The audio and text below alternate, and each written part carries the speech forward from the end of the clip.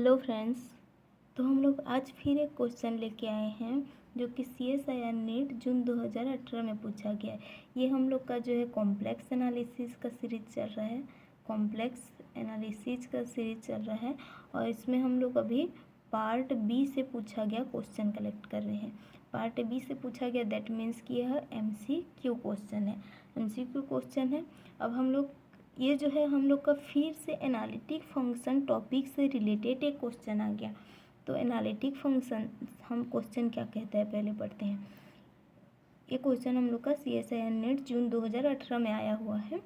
What is the value of alpha for which f(x(y) equal to 2x plus 3x² minus y² plus 2 iota 3xy plus alpha y is an analytic of complex variable z equal to x plus iota y।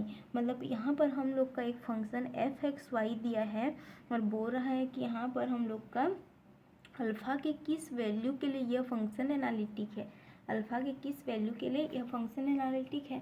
तो हम लोग analytic check करने का और एक नया method लिख के आए हैं। जब हम लोग का फंक्शन इस तरह से दिया होगा तब हम लोग एनालिटिक CR इक्वेशन से चेक करते हैं। जब हम लोग का इस तरह से फंक्शन दिया होगा तो एनालिटिक CR इक्वेशन से चेक करते हैं। तो हम लोग का CR इक्वेशन होता क्या है, CR इक्वेशन होता है del U upon del X equal to del V upon del Y और del U upon del Y equal to minus del V upon del X। अब आप लोग पूछोगे U और V है क्या, तो यहाँ पर जो रियल पार्ट होता है वो U होता है और जो इमेजिनरी पार्ट होता है वो V होता है। अब हम यहाँ से ये जो CR इक्वेशन है यहाँ पर del U upon del X ये सब वैल्यू को रखेंगे और हम लोग वहाँ से अल्फ़ा का वैल्यू फाइंड करेंगे। अल्फ़ा का वैल्यू फाइंड करेंगे तो हम लोग का ये CR इक्वेशन है।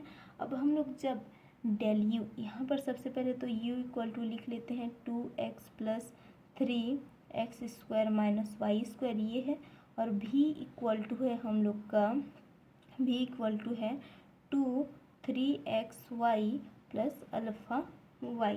इस तरह से है हम लोग का। तो हम लोग यहाँ पर del U upon del X निकालेंगे। del U upon del X निकालेंगे तो हम लोग का क्या मिलेगा, del U upon del X निकालेंगे तो हम लोग का मिलेगा ये 2 प्लस ये हम लोग का हो जाएगा 6x, और del V upon del Y निकालेंगे, del V upon del Y निकालेंगे तो ये हम लोग का मिल जाएगा del V upon del Y। तो यहाँ से ये 6x हो जाएगा प्लस अल्फ़ा, यहाँ से ये 2 भी मल्टीप्लाई होगा तो ये मिल जाएगा 2 अल्फ़ा। तो हम लोग इस पहला CR इक्वेशन के फर्स्ट लाइन को यूज करेंगे। तो हम लोग का ये CR इक्वेशन से ये दोनों इक्वल होते हैं, मतलब कि ये और ये इक्वल होंगे। तो 2 plus 6x equal to 6x plus 2 alpha होता है। तो यहाँ से 6x और 6x कैंसिल, तो 2 अल्फ़ा इक्वल टू 2, तो यहाँ से मिल जाएगा alpha equal to 1, alpha equal to 1। तो हम लोग को अल्फ़ा का वैल्यू मिल गया, अतः हम बोल सकते हैं कि अल्फ़ा इक्वल टू 1 पर जो ये f(x(y) है ये हम लोग का एनालिटिक फंक्शन है। तो हम लोग का अल्फ़ा इक्वल टू 1 कौन से ऑप्शन में है, ऑप्शन ए में 1 वैल्यू है। तो अल्फ़ा इक्वल टू 1 हम लोग का राइट आंसर होगा। अब हम लोग किसी के मन में ये भी सवाल उठ रहा होगा कि CR इक्वेशन के सेकेंड प्रॉपर्टी को क्यों नहीं लिए। अगर वैल्यू इससे निकलता, हम लोग ये दोनों प्रॉपर्टी को देखेंगे, जहाँ से अल्फ़ा का वैल्यू निकल पाएगा वहाँ से निकालेंगे ना। यहाँ से जब हम लोग del U upon del Y करेंगे, इस U को Y के सापेक्ष करेंगे तो हम लोग का क्या मिलेगा, माइनस 6y मिलेगा। और ये हम लोग V को जब करेंगे तो यही वाला प्रॉपर्टी बचेगा, अल्फ़ा वाला तो नहीं बचेगा ना, क्योंकि हम लोग del V upon del X निकालना है। तो यहाँ से हम लोग का क्या मिलेगा, इसका वैल्यू 6y मिल जाएगा।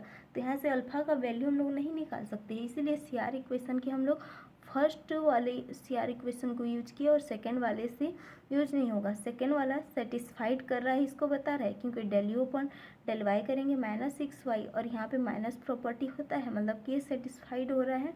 ये चेक कर लिए, यहाँ से अल्फ़ा का वैल्यू निकाल लिए। तो इसी तरह इस क्वेश्चन का आंसर हम लोग का हो जाएगा alpha equal to 1। Alpha equal to 1 पर ये जो फंक्शन है वो एनालिटिक है। सो इसी तरह का वीडियो देखने के लिए हमें फॉलो करें। So thank you so much.